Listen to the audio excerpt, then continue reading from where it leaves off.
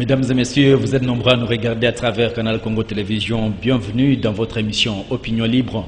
Opinion Libre qui est l'espace qui vous est dédié. Vous qui êtes technocrate, vous êtes en tout cas expert, vous détenez un savoir-faire dans tel ou autre domaine, vous êtes porteur des idées nouvelles. En tout cas, nous sommes très heureux de pouvoir vous donner cette vitrine afin que vous puissiez en tout cas parler et faire montrer aux autres ce que vous êtes capable d'apporter comme apport dans ce pays afin que nous puissions tous contribuer au développement et l'émergence de ce pays. Comme vous le savez, à travers votre émission Opinion Libre, nous avons l'habitude de pouvoir recevoir plusieurs personnalités de ce pays, mais également aborder plusieurs thématiques par rapport à l'actualité, par rapport à l'entrepreneuriat, mais par rapport également au fonctionnement de structures, que ce soit étatiques ou autres structures privées. La raison pour laquelle aujourd'hui nous avons une autre thématique et nous allons également en parler ici avec notre invité.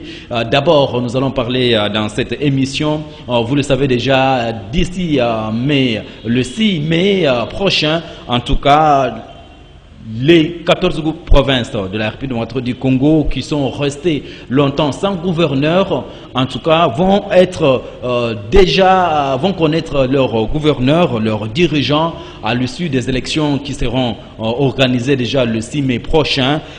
Ici sur place à Kinshasa, ça bougeait de gauche à droite dans plusieurs états-majors, surtout dans l'Union sacrée, où plusieurs candidatures déjà ont été données et avancées pour certaines provinces. Alors, nous voulons savoir quelle analyse faites-vous de toutes ces candidatures qui sont venues de l'Union sacrée. Est-ce ces candidatures sont-elles approuvées par la population au niveau de la base? C'est pour quelle finalité à travers ces candidatures? Est-ce ces personnalités qui ont été proposées par rapport à ces provinces sont-elles capables de relever le défi longtemps en tout cas, qui sont restés longtemps irrésolus dans nos provinces?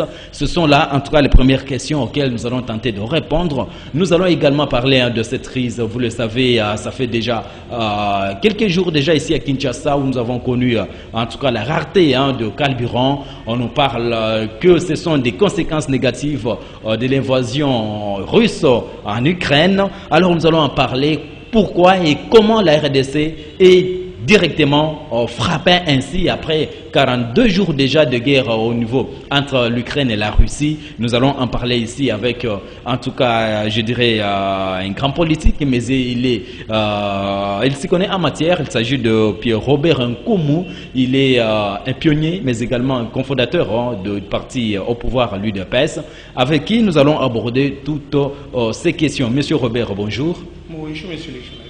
Merci d'avoir accepté notre invitation. Merci de m'avoir invité, volontiers. D'accord, à tout moment que nous faisons appel à vous, vous êtes présent.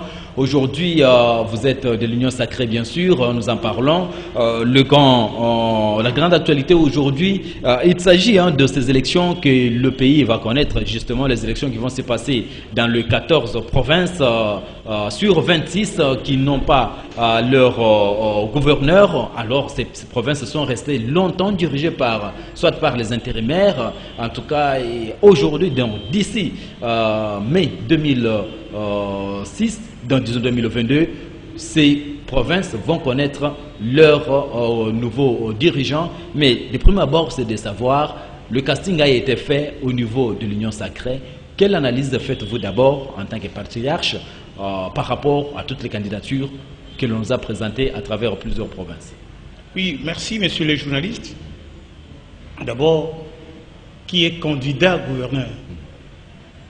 Le candidat gouverneur, la loi électorale préconise le parti politique, les regroupements politiques, ainsi que le candidat indépendant concourt aux élections des gouverneurs. Et alors, l'Union sacrée est-il un regroupement politique? Je dirais non. Non. L'Union sacrée peut de manière informelle proposer les candidatures. Mais ce n'est pas un regroupement politique. puisqu'elle n'est pas reconnue par la loi électorale. Elle ne peut pas présenter les candidats. Alors, à quel nom l'Union Sacrée a eu à organiser plusieurs réunions justement pour pouvoir sortir les candidats de manière informelle. Ah, c'était de manière informelle. Informelle. Puisque l'Union Sacrée, ce n'est pas un regroupement politique, ni un parti, ni un groupe électoral. Reconnu par la loi. Non, non. Et l'Union Sacrée elle-même n'a pas une charte. Le constituant. Et moi, ici, je ne peux pas parler comme membre de l'Union Sacrée. Parce que je n'ai pas... Je ne suis pas membre d'une structure de l'Union Sacrée, qui n'existe même pas.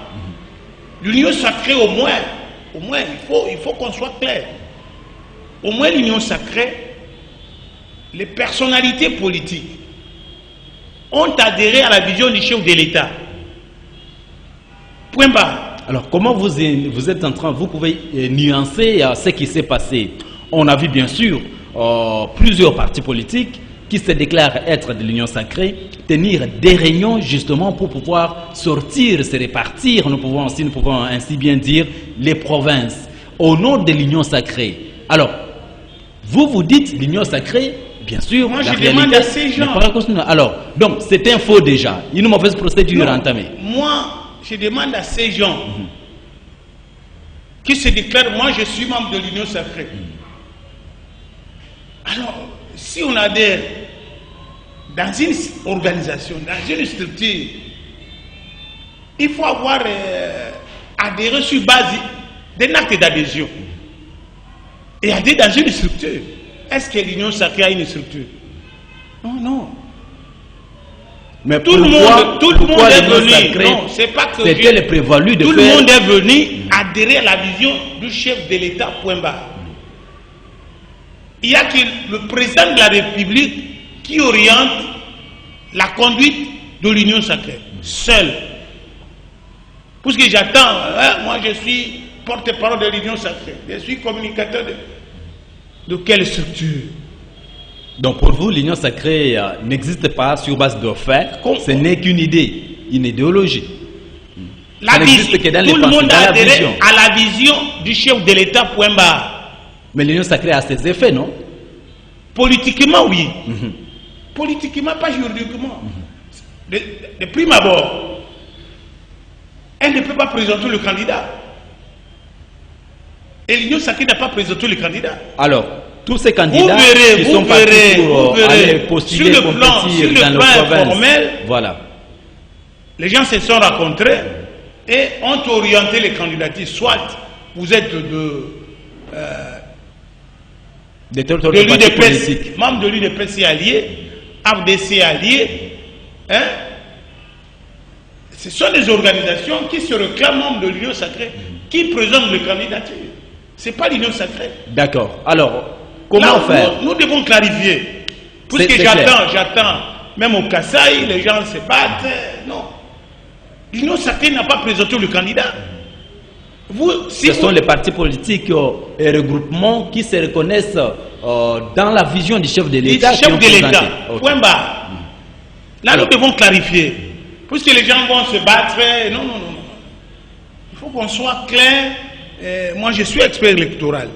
Il ne faut pas qu'on arrive à mettre du désordre aux gens qui gèrent la CENI. Alors, justement... Et même la Cour constitutionnelle. Revenons un peu, parce qu'il y a des provinces qui n'ont pas ni des gouverneurs, ni des vice-gouverneurs, mais il y a des intérimaires qui sont en train de faire là-bas, de travailler, nous pouvons dire ainsi. Alors, aujourd'hui, est-ce que l'on peut procéder à organiser des élections pour des provinces qui ont, disons, des gouverneurs titulaires qui sont en train de diriger, bien sûr, mais ils n'ont pas de vice-gouverneur? Comment ça doit se passer, vous, en tant qu'expert? Qui est candidat? C'est le candidat gouverneur. À Kinshasa, ici, on ne veut pas organiser les élections. C'est pour cela que je lance. Il ne faut pas que la CENI crée une jurisprudence fâcheuse. Puisque dans les provinces où on organise les élections des gouverneurs. Et les gouverneurs et leurs policiers de vice-gouverneurs. C'est pour cela que je demande à la CENI, notamment au président de la CENI, de requérir l'avis de Kinshasa et à la Tchang de demander l'avis de la Cour constitutionnelle. Donc, d'après vous, si je vous comprends très bien, vous voulez dire qu'on élit que gouverneur et son vice. Oui. Alors, on ne peut pas organiser une élection justement pour un vice-gouverneur. Non, c'est une aberration. Une aberration. Alors, bon, comment compenser à des provinces qui n'ont pas de vice-gouverneur? Comment est-ce qu'on peut faire ce remplacement-là? Non, là... Comme ici à Kinshasa, nous n'avons qu'un seul gouverneur et il n'y a pas de gouverneur. C'est pour cela que je demande au président de la CENI, il est expert en matière électorale, Denis Kadima, de requérir l'avis de la Cour constitutionnelle s'agissant de Kinshasa et de Kwango. Il ne peut pas organiser les élections de vice-gouverneurs. On n'élit pas un vice-gouverneur, on élit les gouverneurs et son vice. Parce que tous font partie de la même ils veulent organiser les élections à Kinshasa de vice-gouverneurs, mais alors qu'ils maintiennent les provinces dont on n'a pas déchi les vices, qui demeurent. Pourquoi organiser les élections de gouverneurs et de vice-gouverneurs et ici on organise les... Non, ça c'est faire attention à la loi électorale et à la Constitution. Donc ici, il faut que dans ces villes, dans ces provinces, Kwango et Kinshasa, on ne peut pas organiser les élections. Les vice-gouverneurs. Il faudrait maintenant demander à la Cour il faut réhabiliter, qu'est-ce qu'on doit faire d'office, réhabiliter les vice-gouverneurs qui étaient évincés injustement. Nous sommes dans un état de droit. Ce n'est pas parce que Fumwabana Moyo n'est pas d'accord avec, il ne s'attend pas avec Ngobila et le vice-gouverneur de Kwango aussi. L'Assemblée provinciale évince son vice, sinon. On doit réhabiliter d'office le vice-gouverneur. C'est ça le débat. D'accord, nous allons... Ici aussi, et à Kwango, et à Kinshasa, ou soit le président de la République, puisqu'il y a une mésentente dans le chef, une mauvaise cohabitation dans le chef du gouverneur et le vice-gouverneur, ou soit le président de la République, en tant que garant du bon fonctionnement des institutions, il nomme un commissaire spécial. Dans 2 provinces, il nomme les commissaires provinciaux pour gérer cette province. D'accord, justement... On ne peut pas organiser les élections. Ces provinces sont restées beaucoup longtemps possibles sans qu'elles aient des titulaires. Je parle de 14 provinces ici. Toujours des problèmes entre les députés provinciaux et les gouverneurs à tout moment, trop d'émotions. D'aucuns qualifient d'alimentaire.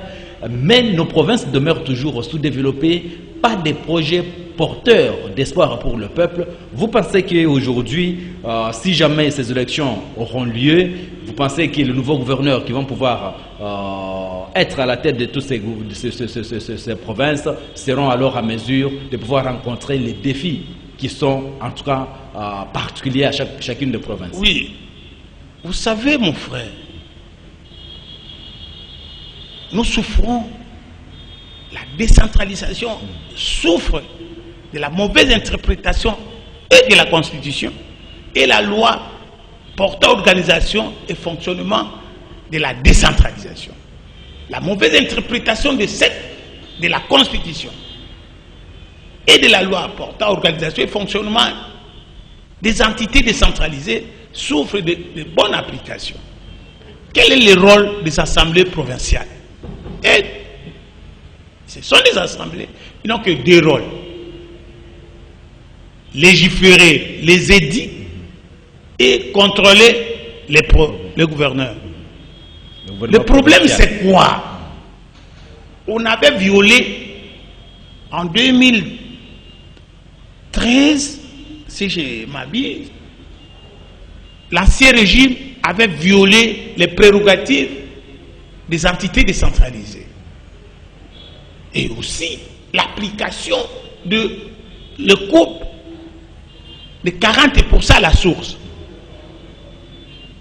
C'est ça la violence. À la source, oui. Qui continue à souffrir jusqu'aujourd'hui. Oui. Ça ne tient toujours pas. Il n'y a pas en tout cas cette rétrocession qui est en train de... Il faut absolument que cette prérogative constitutionnelle et légale soit appliquée. Merci beaucoup, Monsieur Nkoumou. Si la péréquation soit appliquée et donner les provinces le moyen de leur fonctionnement. Et aussi l'inexpérience de nos députés provinciaux.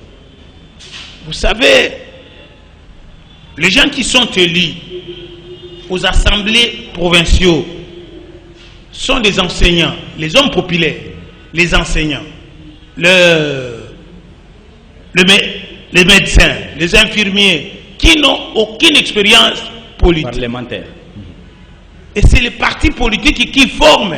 Nous, au moins, nous, l'IDPS, nous avons nos assemblées, nos assemblées fédérales, nos assemblées sectionnaires, nos assemblées cellulaires.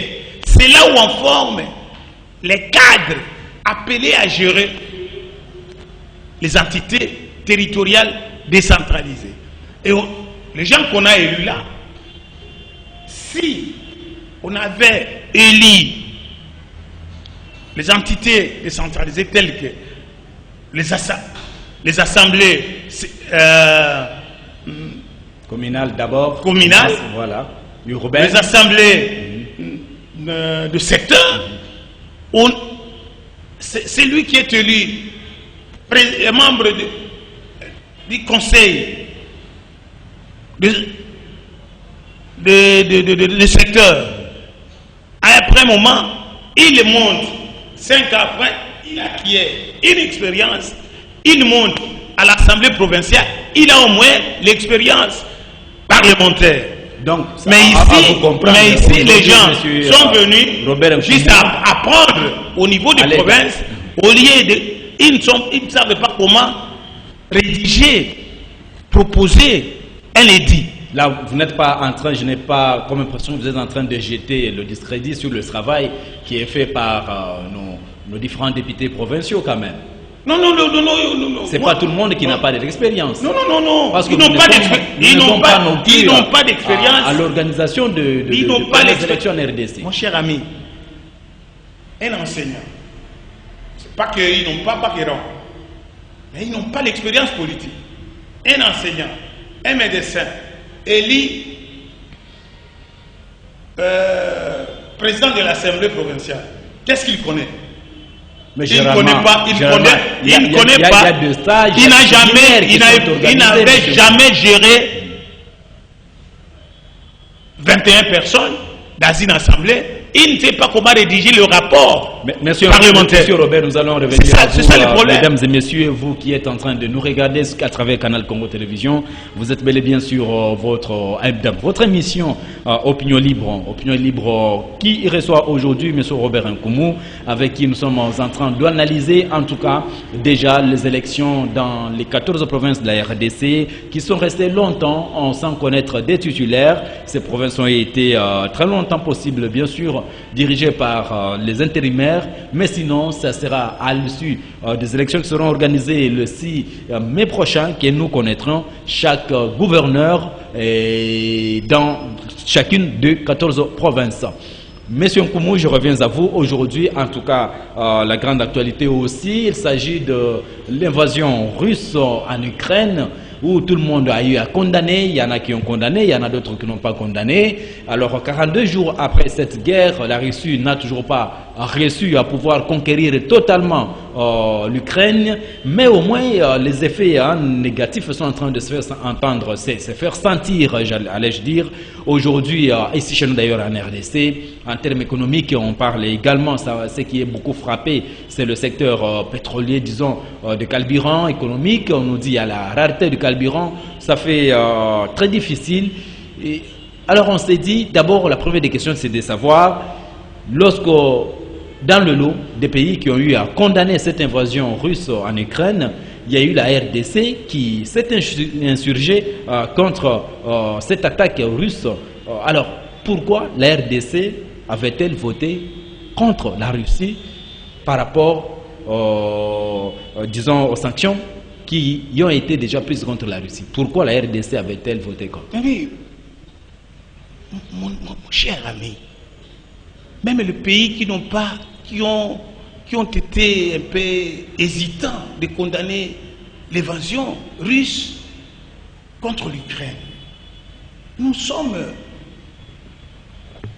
un pays, l'Ukraine c'est un État souverain. Quand, même nous avons nos valeurs, État des droits, non-violence, nous les pèses au moins, nous avons nos valeurs. État des droits, non-violence, liberté, égalité et solidarité. Toutes ces valeurs reposent sur la légalité des choses. Faut-il accepter qu'un pays souverain soit envahi par un autre État, par la Russie, et de ne pas condamner? Mais la même la Chine qui n'a pas condamné. Mais la Chine a une valeur. La Chine, sa valeur cardinale, c'est la souveraineté des États. Mais un État souverain, l'Ukraine est envahie par la Russie. Et vous dites non, parce que les intérêts égoïstes chinoises sont le rapport avec la Russie. Nous ne pouvons pas condamner la Russie parce que il va nous couper le gaz, il va nous couper l'électricité, il va nous couper du pétrole. Mais on a vu dernièrement, ces gens qui sont morts. On a vu le président de la République, Félix Tshisekedi, faire le déplacement vers Poutine en Russie dernièrement, ce qui signifie que la RDC et la Russie sont en bonne, on dirait, bonne coopération. Mais comment vous êtes, nous sommes, la RDC, en bonne coopération avec la Russie, en entre-temps, nous votons contre ces actions. Mais oui, puisque la Russie a tapé à côté, a envahi, il y a des États souverains. On ne peut que condamner, malgré nos rapports, nos relations diplomatiques. Aujourd'hui, quel est l'État? C'est vrai que vous n'êtes pas ministre des Affaires étrangères, mais en tant que politique averti, aujourd'hui, quel est le climat politique qui règne entre la RDC et la Russie? Sommes-nous devenus des ennemis? Non. Diplomatiquement. La Russie a accepté la position de la RDC. La Russie, bien que la RDC a condamné cet acte, je crois, l'ambassadeur de Russie n'a pas protesté. Puisque aujourd'hui, hier, la Russie a été condamnée même par la Chine de cette invasion. Et la Russie, même la Chine, qui les protégeait, a condamné, a dit, ça c'est un crime de guerre. Même la Chine a condamné. On ne peut pas accepter, vous sortez de quelle forêt, vous envahissez un pays, vous tuez les gens.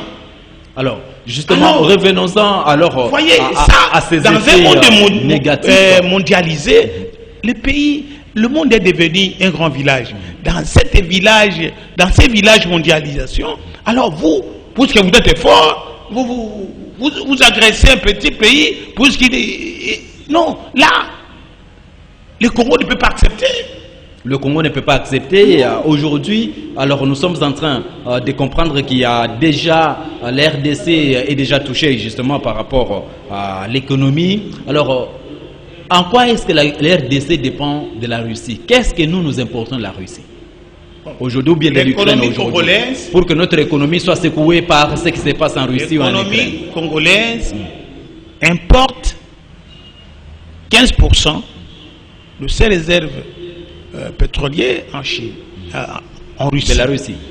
Les engrais, 40% de l'Ukraine. Hein? De l'agriculture, hein? Des semences.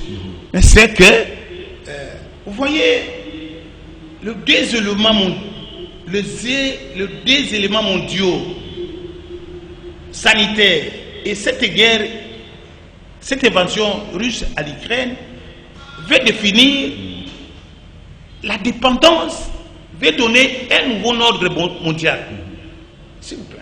Maintenant, il faut plus vraiment, nous les Congo, nous devrions jouer un rôle si nous avions gardé le cap de l'objectif 80 défini par le maréchal, si ce n'était pas égaré en faisant la zaïrianisation, puisque nous on était bien avant la Chine, bien avant l'Inde, en potentialité économique. Alors aujourd'hui, parce que vous êtes en train d'en parler aujourd'hui, oui. Vous aviez dit si jamais Maréchal était resté droit dans ses bottes et qu'aujourd'hui sur le plan économique, la RDC aurait fait déjà un bond important justement par rapport à ça. Il s'était détourné des objectifs. Est-ce que nous pouvons dire en faisant la zaïrianisation, en dépouillant en spoliant les biens d'autrui, des investisseurs étrangers, en donnant aux Congolais, le Congo est resté à genoux depuis la zaïrianisation jusqu'à aujourd'hui. Nous ne sommes pas capables de nous relever. Nous relever aujourd'hui, c'est ça où je soutiens le président de la République, de faire rappeler tous les investisseurs qui étaient condamnés, spoliés par le maréchal Mobutu, de rentrer. Les Belges rentrent et nous appelons tout le monde et que nous étions premiers producteurs d'huile de palme. Maintenant, Marsavoko importe d'huile à la Malaisie. C'est une injure pour nous. Ça, c'est un. Nous étions deuxième exportateur du café.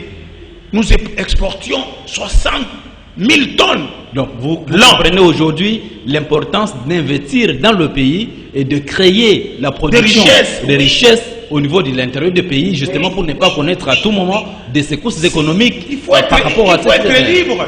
Nous sommes un pays, nous avons du gaz. Nous avons du gaz. Moi j'ai travaillé dans l'exploration pétrole des Exxon et Sosaï. En Banda qu'on avait, je crois, à 14 000 pieds, hein, à 2 kilomètres, nous avions trouvé du gaz méthane en quantité incommensurable, sans compter le lac du Kivu qui a du gaz, qui peut produire, exporter, fournir à l'Europe. Alors aujourd'hui, qu'est-ce que aussi Inga, monsieur, nous souffrons. Monsieur Robert Nkoumou, si qu'est-ce que Inga 4, s'il vous plaît, monsieur Émile, Inga 4, terminé. On exporte l'Europe, nous allons fournir l'Europe l'électricité et toute l'Afrique. Et nous sommes un grand pays et nous n'avons pas d'ambition. Aujourd'hui, avec Félix, le pays commence à se relever diplomatiquement et vendre très bien notre pays. Et vous aviez vu, c'est là où je félicite l'actuel, le premier diplomate congolais, Lutundu Lapala, d'organiser sa conférence diplomatique pour vendre le pays à l'extérieur. Aujourd'hui, nous sommes capables, si on s'organise, et fournir de l'électricité, du gaz à l'Europe, puisque nous en avons des quantités. D'accord, monsieur Robert Nkoumou, parce que nous sommes en train déjà de toucher à la fin de cette émission. Est-ce qu'aujourd'hui, qu'est-ce que vous pouvez recommander au gouvernement en termes de politique d'anticipation? Parce qu'aujourd'hui, même maintenant, le pays risque d'être frappé de mille fouets justement par rapport sur le plan économique. Aujourd'hui, qu'est-ce que vous pouvez donner comme suggestion au gouvernement en demi-mot justement en termes de la gestion de cette crise qui semble être difficile et que ça peut plomber à la longue l'économie congolaise si jamais on a bien géré ça? Oui, en demi-mot. En demi-mot, c'est-à-dire le Congo doit voir grand. Nous devons voir grand. Et nous devons diversifier notre économie. Et aussi, c'est la politique que le président a dit, la revanche du sol au sous-sol. Il n'y a que l'agriculture qui peut aujourd'hui relever suffisamment, donner beaucoup à manger à la population, et même 18 mois qui nous restent. Hein, de la fin de ce mandat, c'est beaucoup de temps, nous pouvons faire beaucoup ici. Et le programme de développement local des 145 provinces, c'est un levier qui va booster notre économie. Et nous rappelons que l'UDPS, mon parti, nous allons veiller, nous allons mettre toutes nos fédérations, sections à l'intérieur comme vigile de ce projet. Merci beaucoup, monsieur Robert Nkoumou. Vers la fin de notre mandat, et nous devons veiller pour que ces projets réussissent, que le Congo décolle au niveau de la base. Merci beaucoup, monsieur Robert Nkoumou. Merci beaucoup à vous, très chers téléspectateurs du canal Congo Télévision, d'avoir été des nôtres et de nous avoir suivis, de nous avoir regardés. Nous prenons rendez-vous avec vous prochainement avec un autre invité, mais également avec un autre sujet. Si vous voulez bien participer dans cette émission, vous n'avez qu'à composer le numéro qui est placé au bas de vos écrans, mais également continuez à nous suivre sur notre chaîne YouTube CCTV Ralik officiel Opinion Libre. Merci beaucoup à Moron Zambé et Bruno Nzinga, Bruno qui était derrière les caméras, Moron Zambé qui était à la régie finale. Continuez toujours à nous suivre. Très bonne suite de programme en compagnie de votre chaîne.